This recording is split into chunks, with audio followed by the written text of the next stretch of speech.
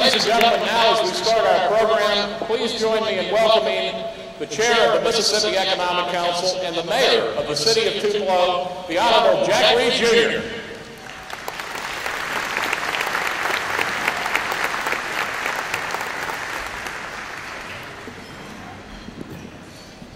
Good afternoon. What a wonderful crowd, and let me be the first to all you students out there. Let me act as a rush chairman for the state of Mississippi. Come back home, live in Mississippi, join us.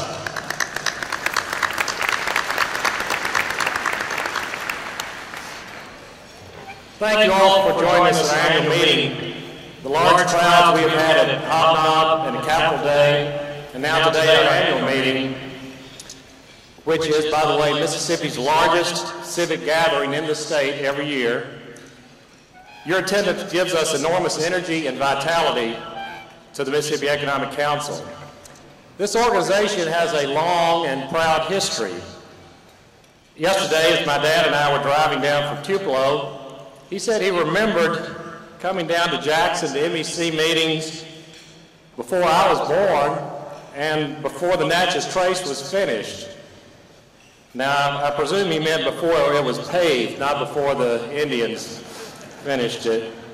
But today, from all parts of the state, we arrive on four-lane highways to join together to improve our state. It's been an honor and a privilege to serve as chair of the Mississippi Economic Council this year.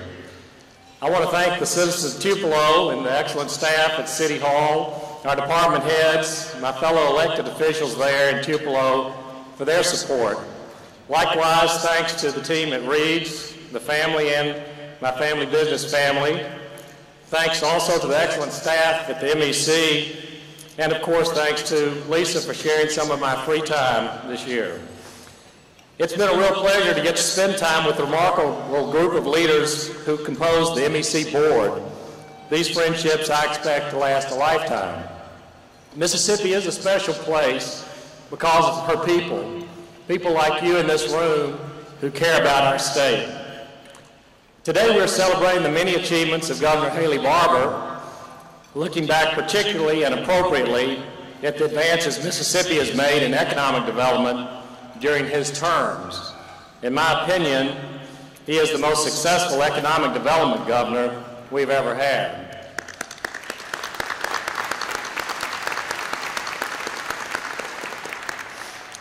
We're also recognizing today the work our state has done to make sure the world truly understands the important role Mississippi's cultural heritage plays in music, literature, and in the arts.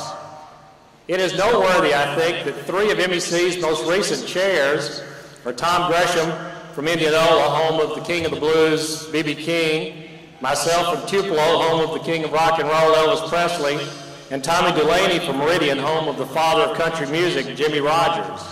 Obviously, MEC recognizes the vast potential we have as Mississippi, the birthplace of America's music. While we can reflect with pride on our accomplishments, it is exciting to imagine the possibilities before us. I'm proud to report to you that there is an overwhelming optimism among Mississippi's leaders that our state is poised to reach new heights in the years to come.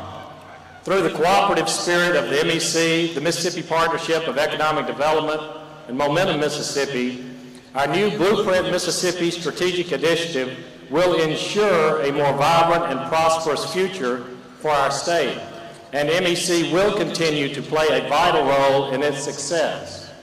And today, I challenge all serious candidates for statewide office to seriously examine our blueprint as they develop their own economic roadmaps. MEC is unique.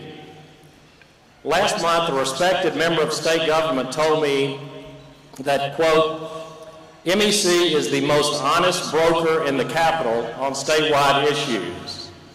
That's a compliment I hope we can always live up to. Since our founding in 1949, through my father's time in the 1960s until now, I believe MEC will continue to be both the voice of business and the voice of civic responsibility. Two final personal observations on our present and our future. I'm delighted as your chairman to announce to many of you that the board this year agreed to a long-term contract with our president, Blake Wilson, a man who has done and will do a great job in leading our very professional team and our volunteers into a bright future. Blake, we look forward to the years to come under your leadership.